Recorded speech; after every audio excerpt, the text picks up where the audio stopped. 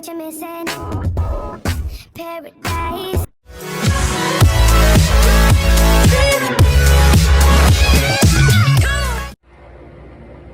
Hi! Welcome back to my YouTube channel.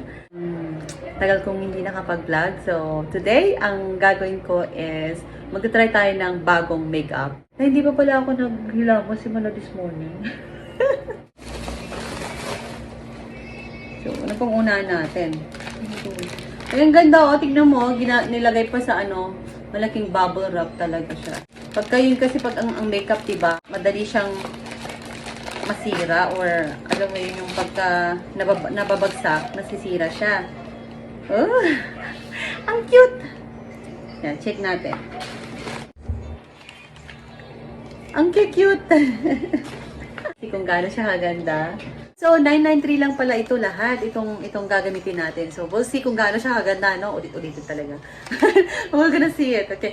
So, first off, yung ginawa ko is naggugas ako ng mukha. And then, we'll put some moisturizer kasi medyo dry na konti yung mukha ko kasi nga naghugas ako. So, normally, ginagamit ko ito po. So, gonna try this one.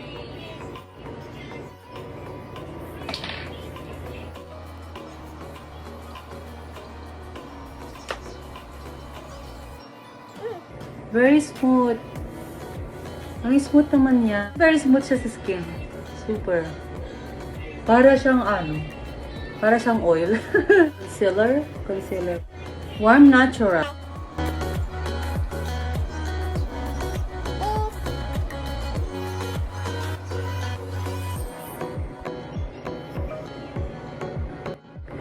So, it's foundation. Says poreless. So, let's see kung magiging poreless ako mamaya. And it's on matte. Yung sabi dito, waterproof daw. So, we'll see. Wait, no! Give it back. Please! No! Don't throw that! Puti. Hindi ganito dapat gawin nyo, ha? Tinatry ko lang po ito. Yung ganitong style. So, ang ginagamit ko ngayon yung binili ko sa Mayangge makeup sponge. So, madami siyang laman. I think, 10 pieces. Nawala ng iba. Ginamit ng anak ko.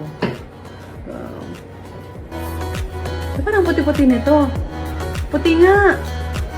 Lagot! Ang puti! Ang puti! Ang puti-puti!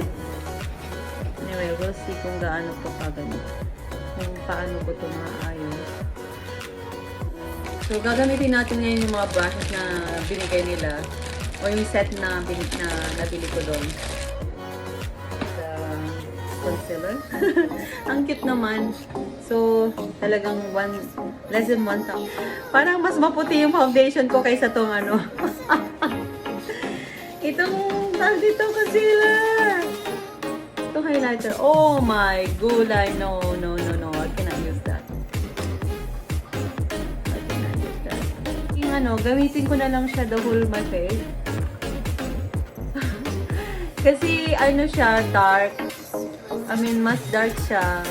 Tignan mo na magsura niya. Ayan na lang. Lighter natin.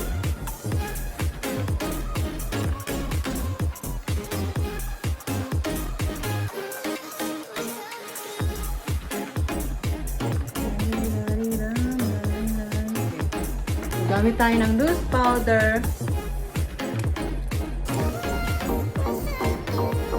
In the shade of, yun, translucent siya. See?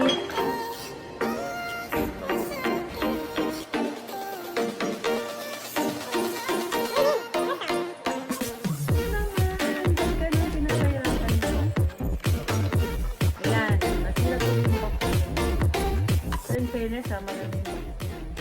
Contour highlighter. SACE Lady. And, naka-plastic pa siya. Ang contouring na so gagamit tayo ng ibang contouring na brush. Yung old brush ko. Gamitin natin itong brown, itong dark one. Let's see.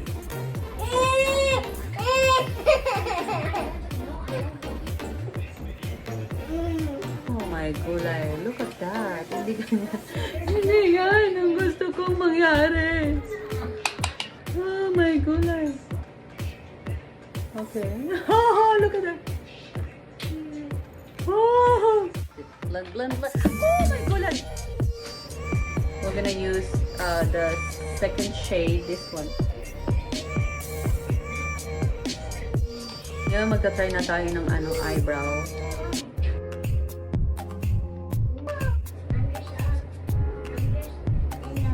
Long wear. It says long wear SACE Lady. So ito siya.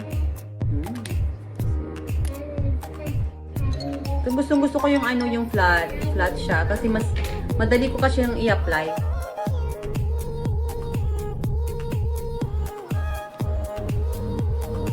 Oh, dark tawag to? Light brown siya, hindi siya dark brown. Try natin yung Quad Eye Color Palette by SACE Lady, of course. So ganito po yung packaging niya or ito yung casing niya. Diba? Ang nice, so parang yayamanin.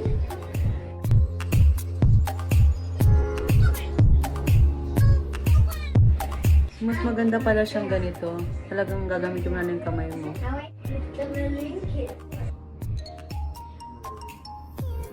Hindi ko makapit yung makeup.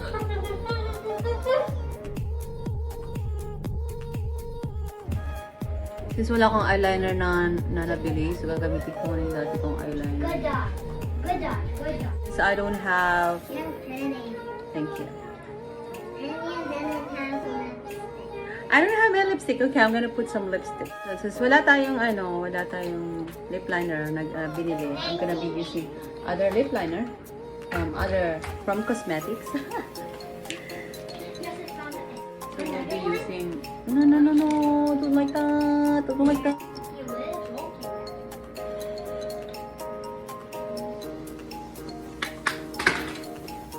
Oops. Oh no! Oh no! Wala kaming kuryente. Kita niyo ba?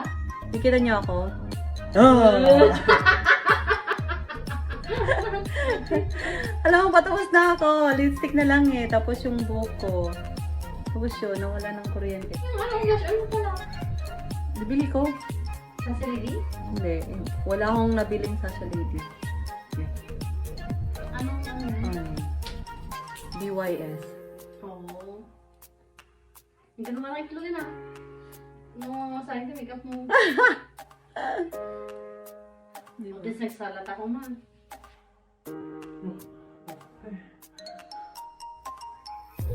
Hello. Kita. Tingin niya sa akin. Sadali kayo ito. May samanin. Nasamanin na. May isang around ba din? Isang around nga. I have a shower head like this.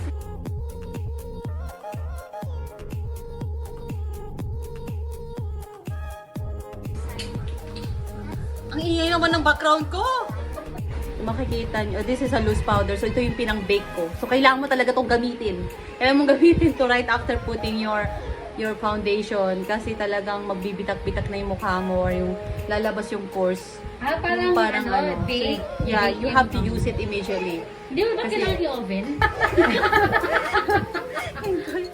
So, this is the one that I've used for my... Sandali na! For my eyeshadows. Ayan. Ganda siya. Eh, bakit kumanda yung ano ko? Oh, it's nude. Di ko I like the color.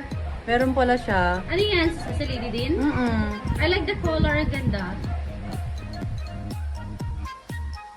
Well, oh, nice. Nice, no? Combination niya. It's very matte. Matte siya. It's a lipstick. It's a it's a lipstick siya. Pero it's very matte. Matte din siya, matte. And ang ano na ito, itong primer na to, I like the softness na sobrang ang ganda ng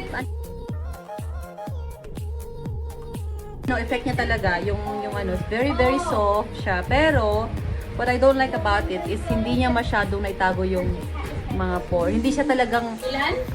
mga pores ko.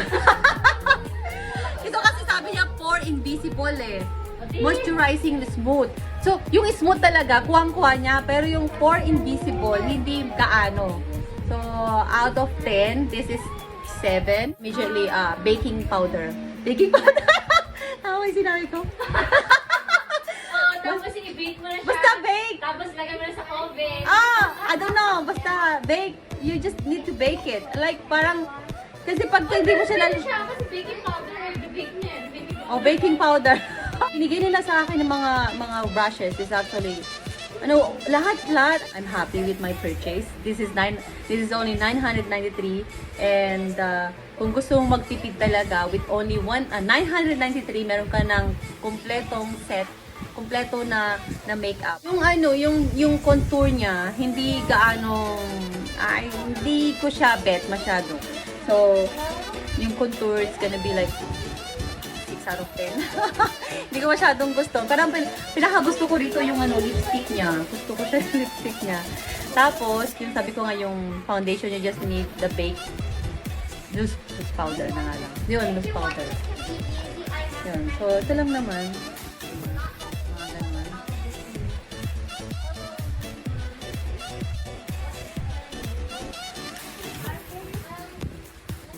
Kulit kasi ng mga anak ko.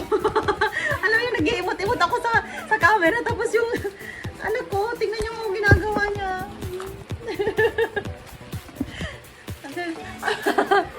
Ano ba? Pwede ba? Isang araw lang. Or ilang oras lang.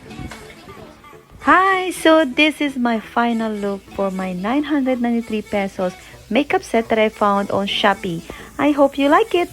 And if you inspired to do some makeup also, don't forget to subscribe to my YouTube channel and push that notification bell so that you'll be notified on all my videos that I'll be uploading in the future. I'll be uploading more of this kind of like reviews of makeup and some makeup tutorials. So please don't forget to subscribe. Thank you so much for dropping by and God bless you.